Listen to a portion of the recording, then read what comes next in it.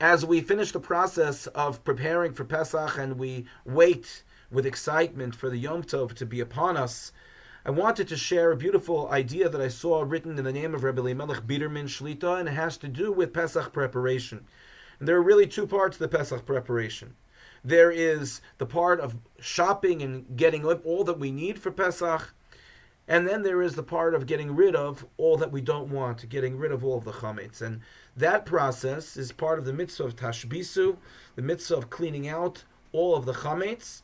And that's a mitzvah that we have from the Torah, in which the Torah tells us that it's a process of cleaning, it's a process of searching, bedikas chametz, that we have the night before Pesach, and bir chametz, the burning of chametz, that happens on the morning of Erev Pesach.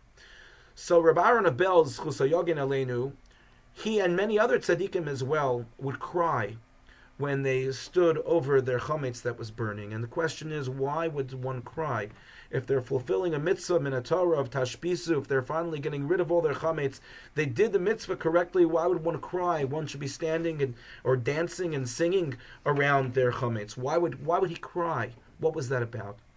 So it's brought down by that many tzaddikim believe that the war of Gog and Magog, which is the ultimate war that heralds in the coming of Mashiach, actually takes place on Erev Pesach during the hours which we normally burn chametz.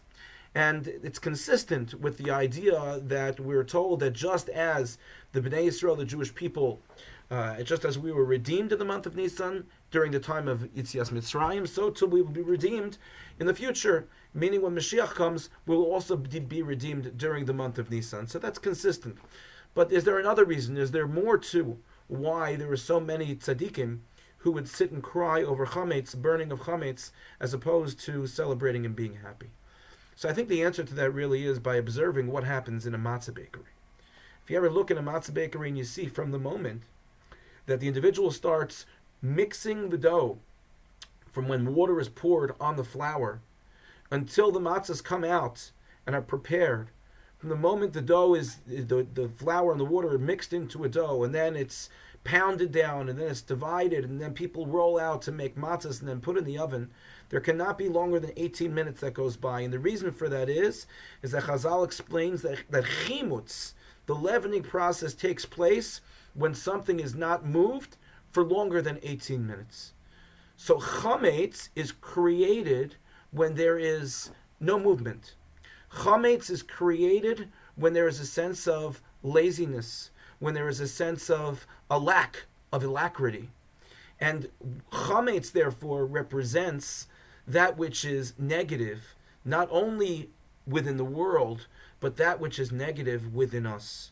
When we look at the burning of chametz, what we're really looking at on a spiritual level, on a deep spiritual level, is opportunities that we've had over the course of the past year to do mitzvos, to do that which was good, to be able to become closer to Hashem, but the laziness within us prevented us from doing so. And these opportunities went by the wayside, and we missed out.